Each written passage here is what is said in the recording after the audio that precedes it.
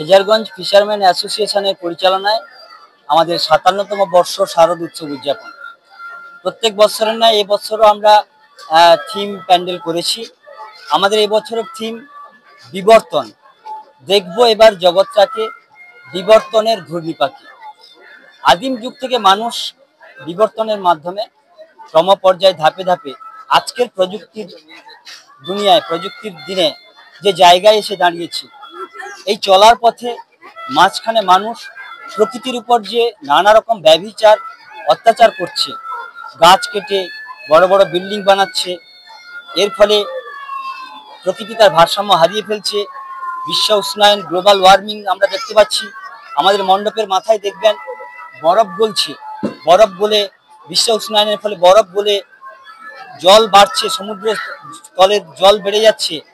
অপরদিকে কলকারখানার দূষিত পদার্থ গভীর সমুদ্রে গিয়ে পড়ছে, সেই সমুদ্রের নানা রকম জীবজন্তু রয়েছে, তারা বিপন্ন হয়ে পড়ছে।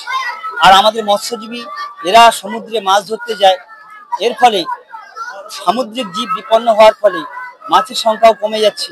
আগামী ভবিষ্যৎ যে খুব খারাপ জায়গায় পৌঁছে যাচ্ছে তা বোঝানোর জন্য আমরা একটা চক্র, একটা ঘড়ি দেখিয়েছি, যে ঘড়িটা উল্টো দিকে ঘুরছে, যার সংখ্যাগুলো উল্টো। আস্তে আস্তে মানব সভ্যতা এগোতে এগোতে মানব জীবনটা যে ১২টা বাজার পর ১৩টা বাজার দিকে এগিয়ে যাচ্ছে, এই সমস্ত জিনিসগুলো আমরা তুলে ধরেছি। আমাদের মণ্ডপের সামনে একটা সাবমেরিন রয়েছে, এই সাবমেরিনের মধ্য দিয়ে আমাদের মণ্ডপের ভেতরে প্রবেশ করতে হবে। আর ভেতরে গভীর সমুদ্রের যে দৃশ্যায়ন, সেই দৃশ্যায়ন আমরা তুলে ধরেছি। আর সেই গভীর সমুদ্রের যে দূষণ, সেই দূষণকে আমরা অসুর রূপে দেখিয়েছি।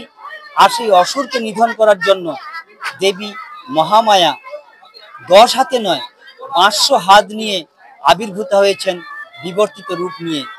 আর মা মঙ্গলময়ী মহামায়ার কাছে আমাদের পুজো কমিটির প্রার্থনা, ফিশারগঞ্জ ফিশারম্যান অ্যাসোসিয়েশনের পক্ষ থেকে, মৎস্যজীবীদের পক্ষ থেকে সকলের আবেদন, সকলের প্রার্থনা, মা যেন সমস্ত এই অশুভ শক্তির বিনাশ ঘটিয়ে শুভ শক্তির উন্মেষ ঘটান, পরিবেশকে ভালো রাখেন, সেই চেতনা যেন সবার মধ্যে ফিরিয়ে দেন, এই কামনা আমরা জানাচ্ছি।